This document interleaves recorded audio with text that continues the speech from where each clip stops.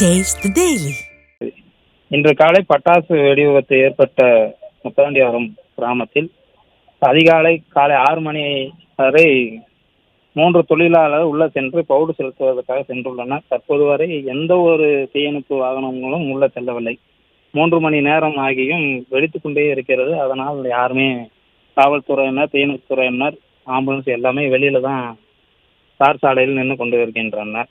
அதனால் இன்னும் வெடித்துக் கொண்டே இருக்கிறது. மேலும் பட்டாசு ஆலை அருகாமையில் வட மாநிலத்தவர்கள் தங்குவதற்காக 40க்கும் அதிகமான வீடுகள் இருந்துள்ளன. 40 வீடுகளும் சேதமாகியுள்ளன.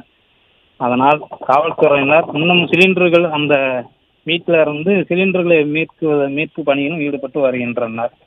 அந்த 3 தொழிலாளர்கள் தற்போது வரை என்ன ஆனார்கள் என்று எந்த ஒரு இதுவும் தெரியவில்லை. பட்டாசு வெடி விபத்து நடந்த இடத்திற்கு எஸ்பி, வருவாய் கோட்டாட்சியர் அனைவரும் வந்துள்ளனர். ஆனால் பட்டாசு ஆலை வெடி விபத்து நடந்த இடத்திற்கு பட்டாசு ஆலை உள்ள யாருமே தற்போது வரை செல்லவில்லை. பிரபாகர், மேலும் வீடுகளிலிருந்து 20க்கும் அதிகமான சிலிண்டர்